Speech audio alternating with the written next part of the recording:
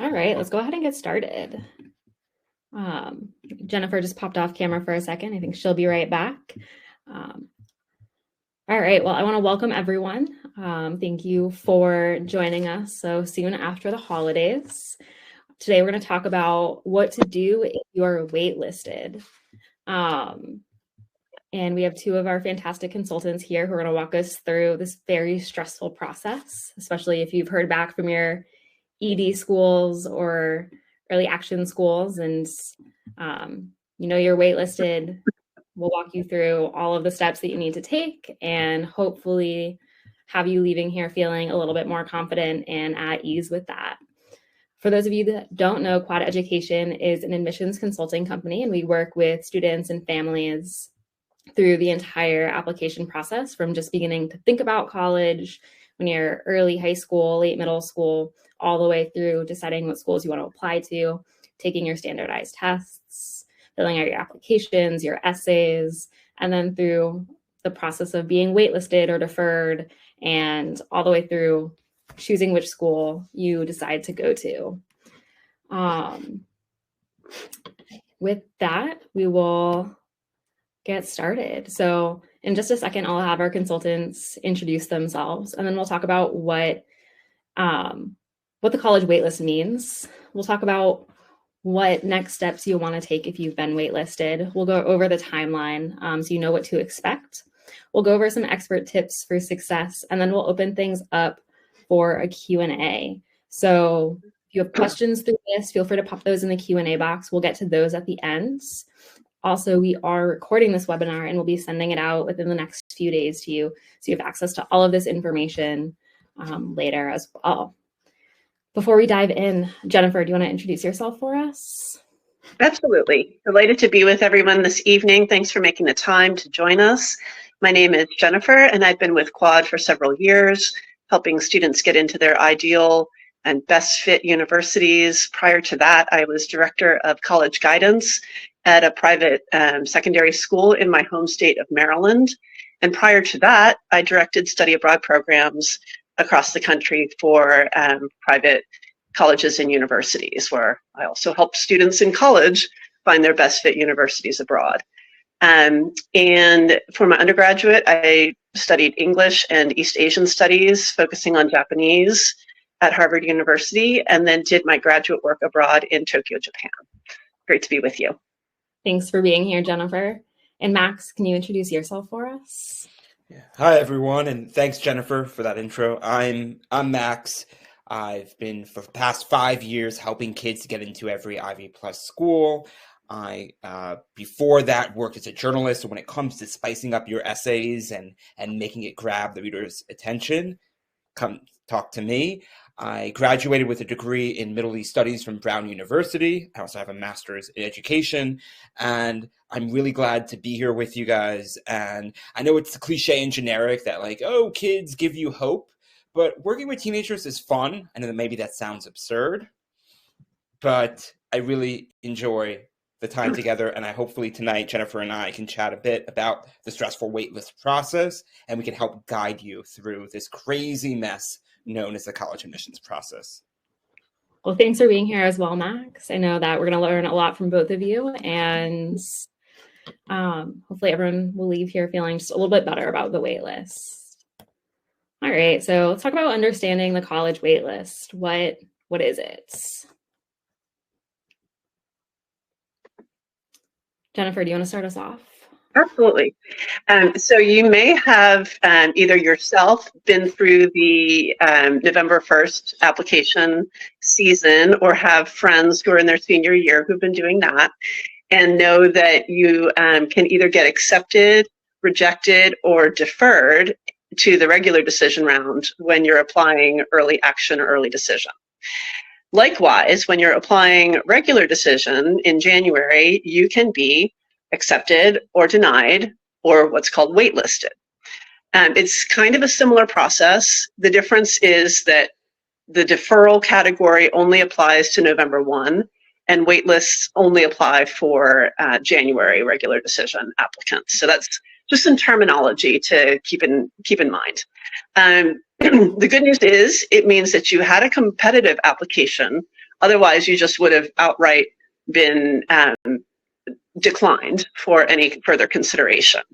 And the idea is that the colleges and universities know that not everyone that they extend an offer of admission to is going to necessarily accept that offer. Even Stanford, Harvard, MIT, every year they do not have 100% acceptance rate among students who are admitted to the school. So they want to make sure that they're going to have a full and robust first-year class, and they do that by going to what's called a waitlist. And we'll be talking about that more in detail. So to add to Jennifer's point, a lot of these colleges are trying to increase their yield, the percentage of students who say yes. So many times it's in their interest to put as many kids as possible on the wait list so then they can accept off, and that increases the yield rate. Or did I just mess that up? Jennifer, did I mess that up? No. That's right. No, you're good. That was right. Good. Thank you. Okay. All right. I think, yeah, you got that perfectly. All right. So navigate your next moves. Yes. Did I? No, you're good. Well, yeah, let's talk about next moves when you've been waitlisted. Hi. So, folks, students, you sometimes need to accept your spot. So let's take a school like the University of Wisconsin-Madison. You have to go into the portal and click accept on your waitlist spot. Some schools do it automatically. Some schools you need to take the initiative. So please don't forget to do that. Please be diligent. As it says, if the school is still your first choice, accept. Okay? Accept your chance on the waitlist.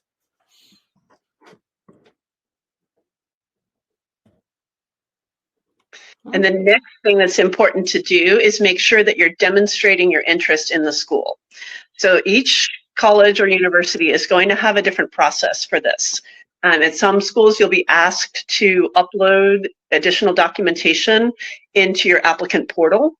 And other institutions, you might be invited to send a letter by email to the admissions office.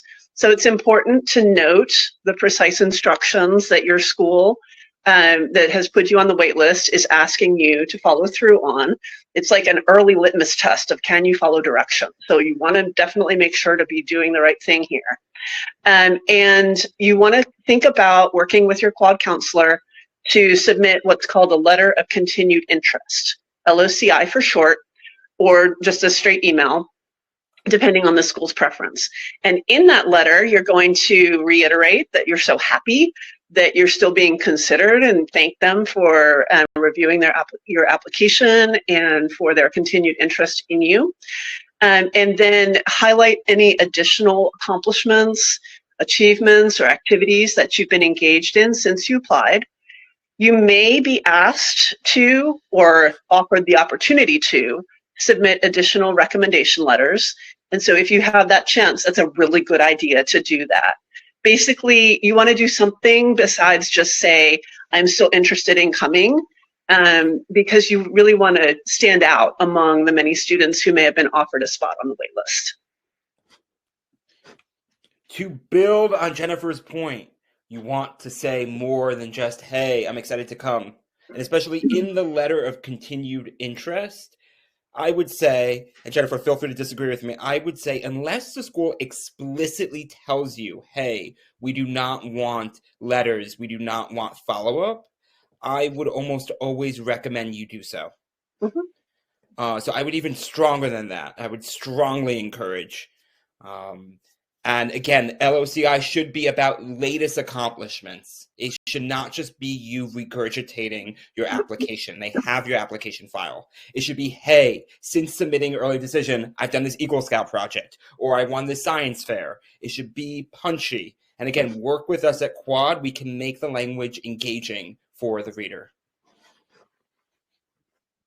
Absolutely. And I just want to reiterate your directions that you mentioned. If school, unless the school says to not send them anything, you can send them things. But if they say don't send us things, that's not an invitation to send things, even if just in case they might look at it. It's best to follow directions when they say they don't want to hear from you or they don't want certain extra contacts.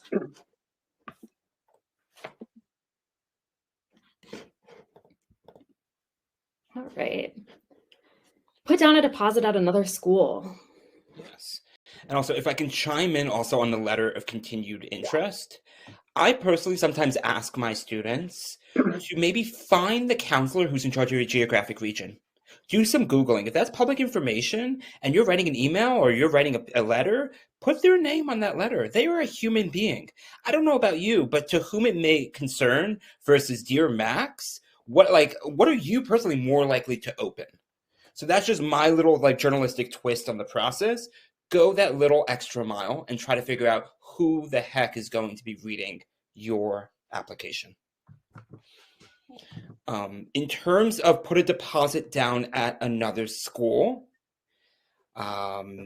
again, many of you are coming from very different financial backgrounds. We don't necessarily want to put even more pressure on you. This entire college admissions process already costs you a lot of money. But yes, you should not be putting all your eggs in one basket if you haven't even gotten off the wait list. So please, yes, I hate to ask you to spend even more money, but yes, put a deposit down, please, so you have an option. You know you're going to college. And yes, I don't know, Jennifer, if you have anything to build on that.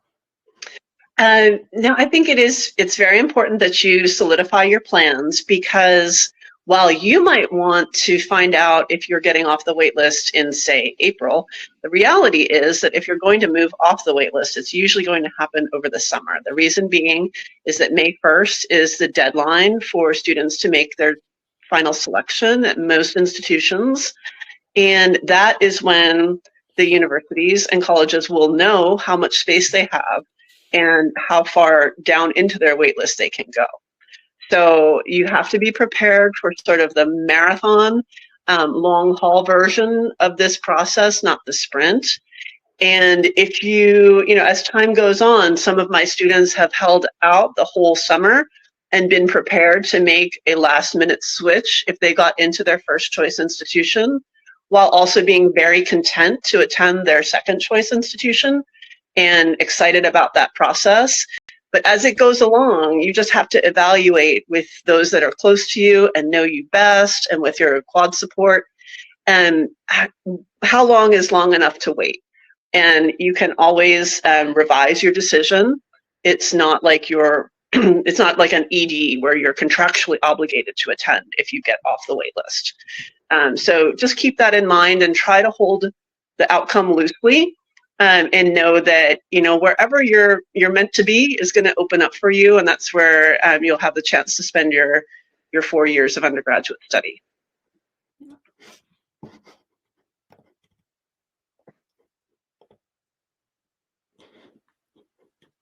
And with that, looking at the aspects that you can control, right? For seniors right now, they've completed most, if not all, of their regular decision applications, outside of a few upcoming January 15th and February deadlines.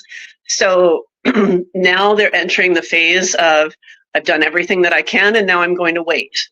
And whether you're a 12th grade student or a younger student, when you're engaged in this process of waiting to find out if you're moving off of the wait list, you may or may not be able to find out how many other students were on the wait list. Some schools release that data and some schools do not, but they will likely not tell you that you are number 296 or number 47 on the wait list. So while we kind of have that craving for that granular information, you also need to make peace with the fact that it's likely not going to be something that you can ascertain. So don't get really hung up on all of that. You're just think of it as leaving a door open for whatever results to come that may come. And meanwhile, you need to be about the business of continuing to be engaged in your academics and your extracurriculars, spending some additional time with friends and family now that the application season and all of its busyness is behind you, and really pressing in and enjoying your senior year and making the most out of the last few months that you have at high school, because before you know it, it's going to be over. I remember a student of mine from a few years ago who applied EA at their top choice school, and they were deferred from EA to regular decision, and then went, okay, well, at least there's still a chance for me. And then when they were being considered in the regular decision round, they were waitlisted. And that particular student made the decision to say, you had 2 shots at reviewing my application. And if you don't think it's a fit, I think I'm going to move on also. So there's the ball's in your court, depending on what you decide is best for you. For that particular student, the best outcome was to have a certain locked down opportunity for their college experience and not to ride the clock out anymore. But many, many students do choose to just sort of like, okay, well, I'm going to see what happens and let it go. Jennifer, that's a great anecdote about your student who really wanted early action and then really wanted regular decision. And then, you know what, the student just said, you know what, I gave the college 2 chances, the college didn't want me, I'm moving on. Yeah. That's just philosophically, and I think only focus on what you can control. I think you can apply that to anything in your life in terms of accepting what's in your control, accepting what's out of your control. So students, folks, forget about this college admissions process. I think these are just life lessons. Yeah. Absolutely. And I feel like you might be surprised by the time when you first start applying, you might have your heart set on a couple places. Maybe you do get waitlisted, and you might do more research about a school that you do get into. Maybe you hadn't visited yet, or you go to the admitted students day and you end up falling in love with that, and it ends up being your first choice at the end of the day. And the school that waitlisted you probably still could have been a great fit, but you probably wouldn't give up the experience at the school that you did get into and go to that fits really well as also.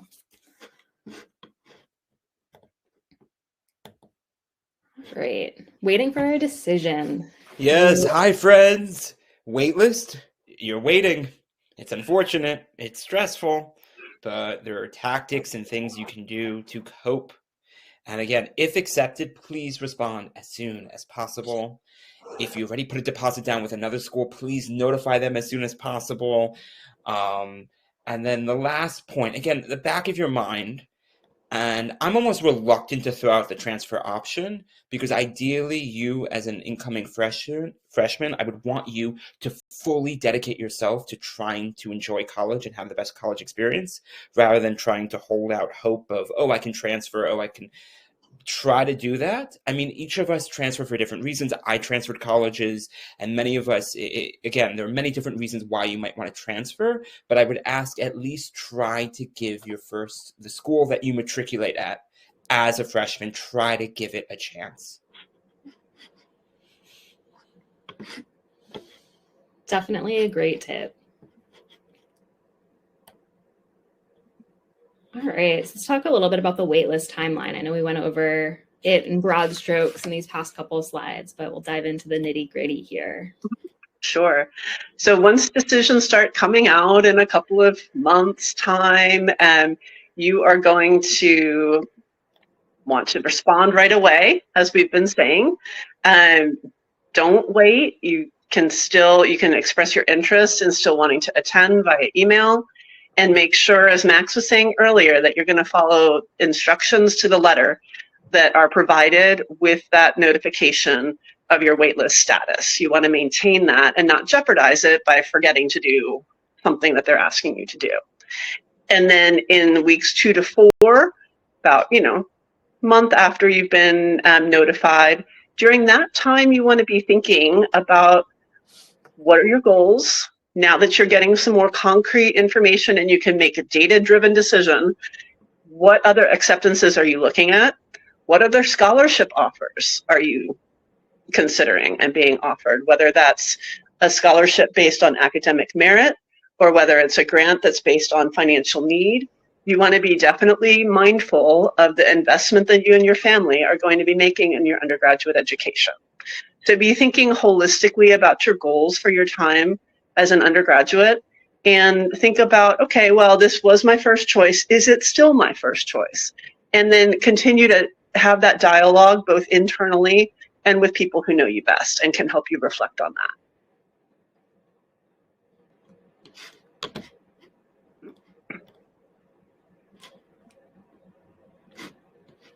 Okay, so to continue the waitlist timeline, and again, I think these weeks are tentative; they're not set in stone. I'm even Definitely not quibble. set in Yes, stone, just an average. perfect. On average. So again, to build on what Jennifer also said, because she was quoting me and I'm quoting her, and we're echoing each other. Folks, please read the directions carefully. If the waitlisted college tells you that you must actively go onto the waitlist, go onto the waitlist. And they tell you they do not want any correspondence, do not email with them. Please, please, please double check that. That said, you always have the option, if they do not explicitly bar you from following up, you have the option of emailing the admissions office and inquiring about your position on the wait list. Ideally, with some other schools, you can find the email or find the name of your geographic representative, the one who reviewed your file, who knows you most closely. Ideally, you would find that information. Many schools don't give that out, so you might have to do some research on that. You can follow up with them, ask if there are additional materials you can submit. And then following that, a lot of this process is just internally, you being good to yourself, supporting yourself. So much of this college admissions process is stressful. You're putting pressure on yourself. Your parents are putting pressure on you. Jennifer and I can talk about the pressure we put on ourselves. And I think just take a step back and reflect on some of your personal academic goals, achievements, and then also keep tabs on other college deadlines, other waitlist deadlines, other ED, if there's an ED2 that's coming up, or that's later in the year. So just please, I hate to tell you to breathe, because I remember being an overly anxious senior, but sometimes just take a deep breath and put things in perspective.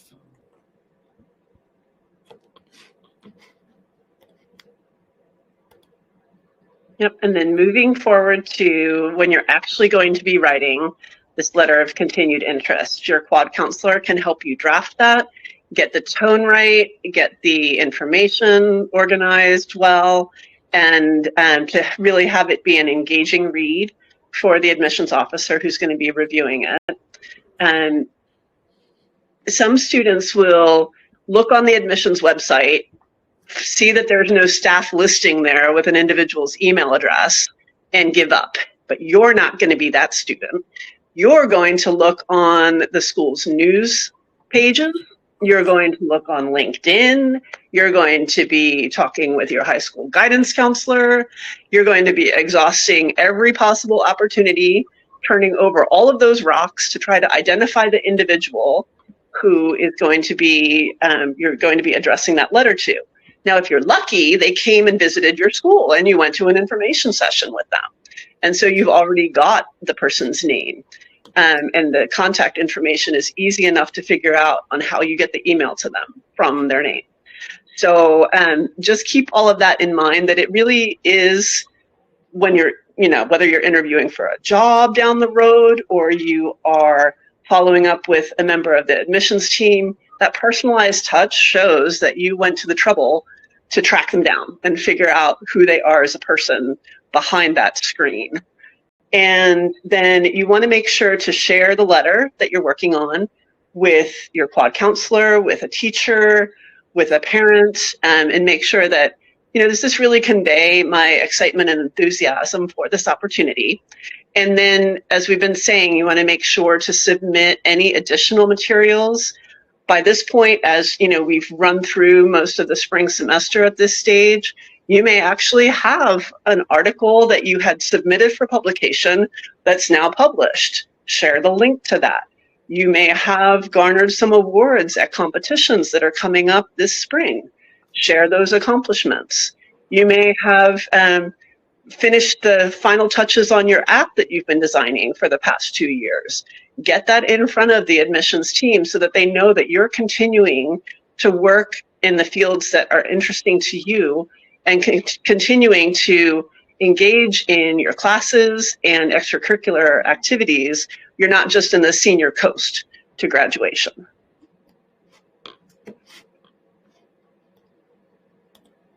Yeah, yes, to build, I want to go back real fast. To build on, to quote Jennifer, to Jennifer kept talking about engaging read. Please make this an engaging read. This is not an academic English essay. This needs to be punchy, it needs to be well edited, and it should, again, be about updates since you've last applied. You're not regurgitating your college application.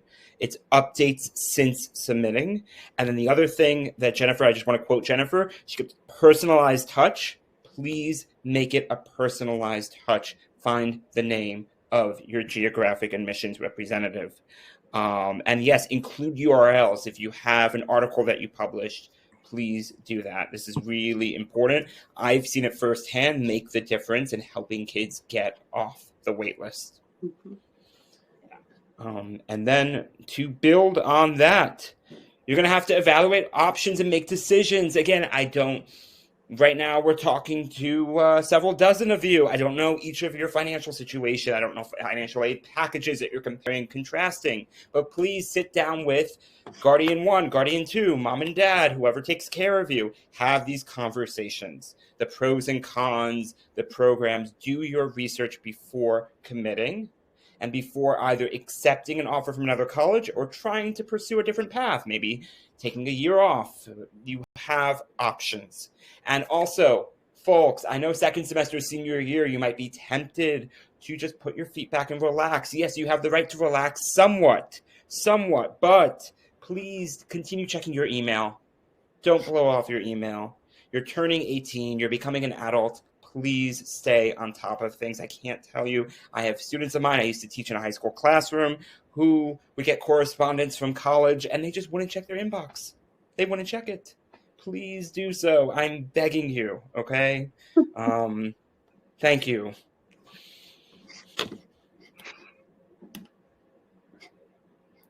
All right, expert tips for success.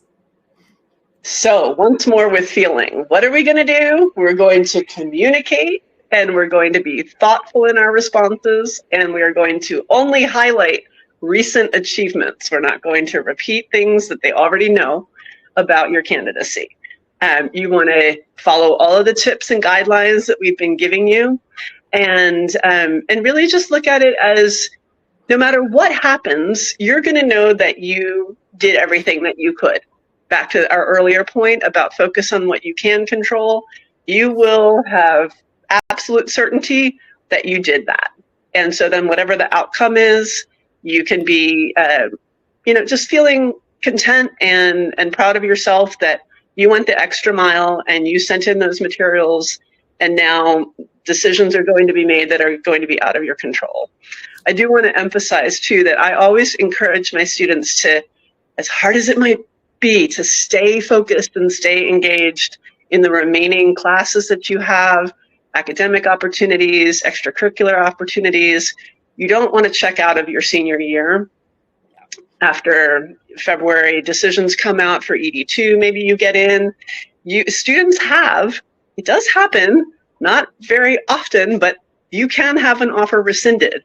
If suddenly your academic performance falls off a cliff, it's not just a slow glide to graduation, but it's a precipitous decline. Schools are going to ask for your final transcript. They're going to be paying attention to how you comport yourself in the second semester of your senior year.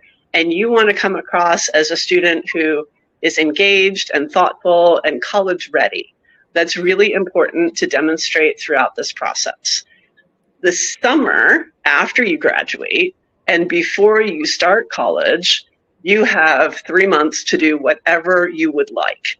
Rest, travel, work, save up some money for school.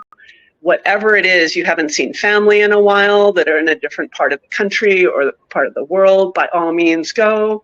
Enjoy your senior spring break. Do all the things, but just don't lose sight that you still do need to be a successful graduate of your high school.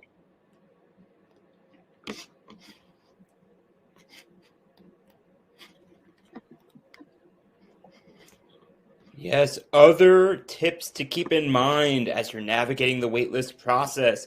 Yes, submit additional materials, but only if they add value, okay? You don't want to antagonize the admissions officer. You don't want to bore the admissions officer. Only if, let's say, you published an op-ed in the newspaper, or let's say you finished or you won a robotics competition. Again, you're trying to get the admissions officer on your side, keep them on your side. Aside from submitting additional materials, consider other backup plans, other colleges. You may not get off the wait list. You probably will not get off the wait list. So please have backup plans ready to go. And the last point, stay positive, manage expectations. This is the most important part of the process: mental health, your sanity, your well-being. Please, at the end of the day, what's going to be written on your tombstone, okay? Is it going to be your CV? Is it going to be the college you got into? It's not. I ask yourself, be good to yourself, self-care, okay? But at the same time, second semester, you need to keep your grades up. I too, anecdotally, I know of students who've been admitted to college who have completely slacked off second semester and then had their offers rescinded. Please don't fall into that category, okay? Again, if you want to go from an A to an A- in one class, do not quote me, okay? But please don't let your grades go off a cliff, please. They're all great tips. All right, so that's all of the content that we have for you all. Now we have some time to answer some questions. I know we have some that have come in, but feel free to pop your questions in the Q&A and we'll get to those as well. To start us off, we have someone that is wondering what the typical process would be if they plan on transferring, if they didn't get accepted into their top choice. Yep. If you want to consider doing that, you have the option to do that after your first year or even after your second year. And for a more holistic experience of your target institution, it's ideal if you are really determined to transfer to do that so that you have 3 years at the school that you're transferring into. But every year there are students who don't come back to an institution for one reason or another. Some schools have what's called a retention rate, how many students they retain year on year, that's very high. Other schools have a retention rate that's much lower. That's publicly available information. If you want something to do and you're a data-oriented person, you can look up the common data set for each institution that you're eyeing, and you can get all kinds of data, including previous admission cycles, that may be able to give you some insights into how you want to manage this process. And I also, Denise, thank you for your question. Again, before speaking, I personally transferred. Transferring can be a tricky process. You're acclimating to a new school, making a new friend group. I do ask Denise, and again, I don't know your situation. Try to make the best of your school that you're matriculating at in the fall. And if for different reasons you're unhappy, you're unsatisfied, it doesn't have a rigorous enough program in the academic area you want, etc., then absolutely go transfer. And you're free to transfer at any time, but I just ask that if you're going to start at a school, try to give it a chance.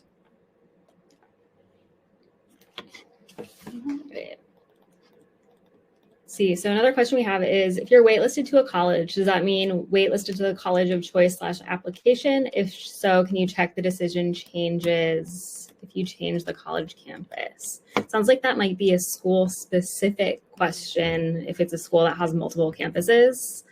And I'm guessing will very much depend on the situation. I don't know if either of you have any other thoughts there.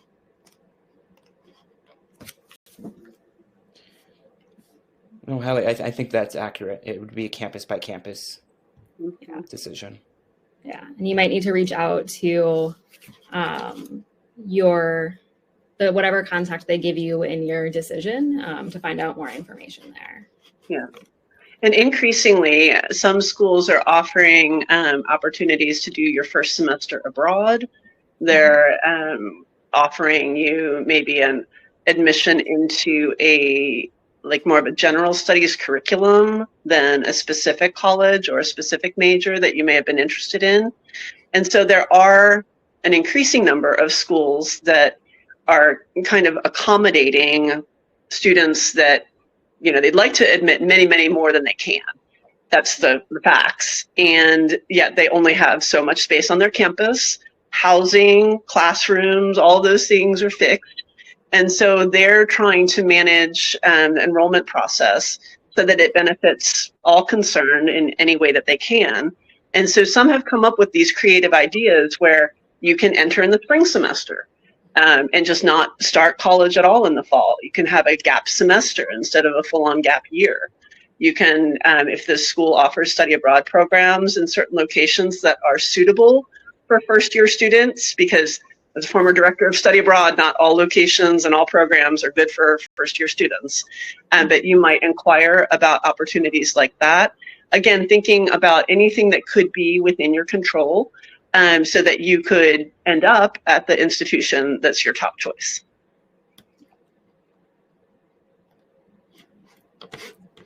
All right, so another question is, who gets waitlisted and how should one shape their profile to be accepted instead of waitlisted?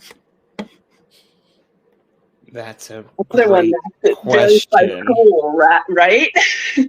That's a great question. I think quite often colleges, if they meet a certain demographically, they have a certain number of engineers, a certain number of humanities majors, a certain number in terms of diversity or a geographic. It can be so many different factors, or some schools can even do waitlisting as like a soft reject option. I mean, it really, who gets waitlisted,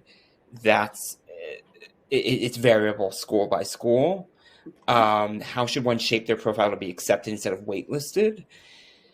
I have to give it to you. I think the college admissions process today is really difficult. I think maybe this is going to sound cliche and generic, but if you're trying your best, if you're taking the hardest course load possible at your high school, you're getting all top grades, and maybe you have one or two amazing extracurriculars, an internship with a congressman, or college level science research, something that's a bit eye-popping, then you've done everything possible to get into an Ivy plus school.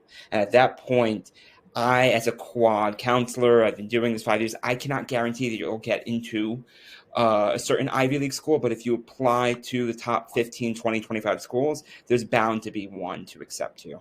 So the moral of the story, how to shape your profile, work as hard as you can, take the hardest course load, get top grades, have one or two really amazing extracurriculars, and let's hope for the best. Absolutely. I completely agree with that as a wonderful way to describe the process, Max. And I think as a graduate of one of those schools that gives the soft rejection as the wait list, whether it's the deferral from REA to regular decision or waitlist offers coming out of regular decision, Harvard is known, especially in the REA round, for deferring about 80% of the students into the regular decision pool. So, when you're in that kind of a statistical boat, you're not going to get too amazingly excited about having gotten deferred into RD because it's just, the numbers are not in your favor. I will say that it's getting tougher year on year. The selective schools are, they have adjusting and developing goals for their incoming class. And so we're not working with like a fixed static landscape that we know what's going to happen and how to, what worked 5 years ago is going to work this year. It's important. It's really crucial. If there's one thing I can ask you to take away from this, if you're a younger student or a parent of a younger student, is to listen to the advice that you're getting from your quad counselor about building a realistic list. So many students will want to take my shot in the REA or the regular decision round, and that's fine if you do it mindfully, that you, based on your achievements, academic and non-academic, you need to have a realistic view of what college admissions is like, and to know that there is a lot of science that goes into it. There's also a lot of art that goes into it. And so one of my favorite examples is, say you play an unusual instrument. You're a tuba player. You are a xylophone specialist. Maybe your school, your dream school, needed that last year. and they got somebody. So they don't need that this year. That's all the kind of stuff that there's no way to know going into it. You just have to be your authentic self, do the best that you can in school and out of school, and then craft a well-balanced list that is going to yield successful outcomes for you to have choices when the springtime comes around. We don't want you to just be reaching for schools that are beyond reach, and to be really wise in crafting that list. That's great advice. See, we have another question that I also think will probably be very school dependent, but you get waitlisted at a college under a specific major. What happens if you change that major? Does that take you off of the list? Do you put that in the letter of continued interest, or in a separate query? How would you handle that situation? Two things, and correct me if I'm wrong, Jennifer. I don't believe if you put down a certain major in your application and you've been waitlisted, I don't know or think you can change the designated major that you put down in the application process. That's A. B, this sounds a bit, maybe it's more of an international flavored question. So I know in other colleges you apply to the department directly and you're accepted on a major by major basis. Generally speaking, American universities, they're not accepting you on a department by department basis. They're accepting you at large. And then once you get your foot in the door, you can then change your major and change your area of study. And that's very much the case, especially at private institutions where you're going to be going through a formal major declaration process in your sophomore year. And not, you're going to spend your first year exploring a wide variety of coursework, making sure that the major you thought you'd be interested in isn't going to be superseded by another major that you didn't even know existed. What is sociology? What is anthropology? I didn't even know these fields were here. When I was at WashU in St. Louis, fully half of my pre-med students ended up becoming a public health major instead of a biology major because they just didn't know that that was a major field that was open to them, and they were much more drawn to that kind of a field of study for their undergraduate years, knowing that they were going to have all the time in the world in med school to specialize. So you want to maintain some flexibility in your approach if you're enrolling in a private institution. There are some exceptions to that in the private schools, such as Carnegie Mellon has a lot of restrictions getting into their computer science field because it's so popular. So you may be able to do computer science as an additional major at CMU, depending on your primary major. So there's all kinds of, it's like English grammar, there's all kinds of fine print and exceptions to the rules. But in general, you have flexibility with your major in a private institution, but many public institutions will admit, UIUC is going to admit into their engineering field of study. And you need to get in, they'll specify that in the school's website if you need to be admitted as a first-year student or a transfer student, but you need to be admitted as you're entering the institution. It's typically the larger public institutions that they just don't have capacity to enroll all of the students that might like to study in their illustrious STEM majors. So they have to cap certain fields of study.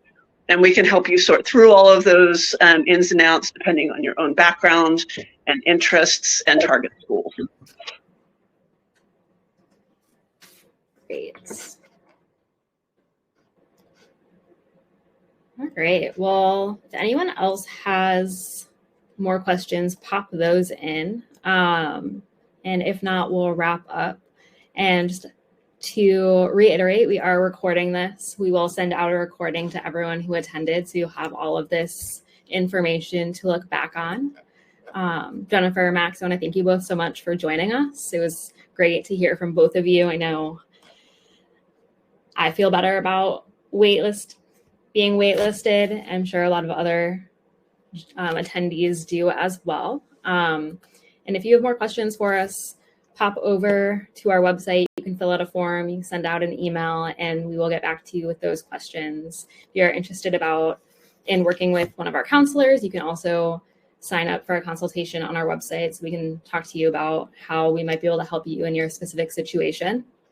Sign up for Quad. Sign up for Quad. So you'll get to work with fantastic people like Max and Jennifer who make the process so much easier and manageable. And then keep an eye out for future webinars. We have some up on our website, and we will have weekly webinars for the foreseeable future. So keep an eye out there, and you can view previous ones as well on our website. I hope everyone has a great rest of their night, and good luck with your college applications. Mm-hmm. Bye, Good everyone. luck, folks. Again, enjoy second semester senior year. Hallie, thank you for moderating. Jennifer, many thanks. Thanks for your time. All right.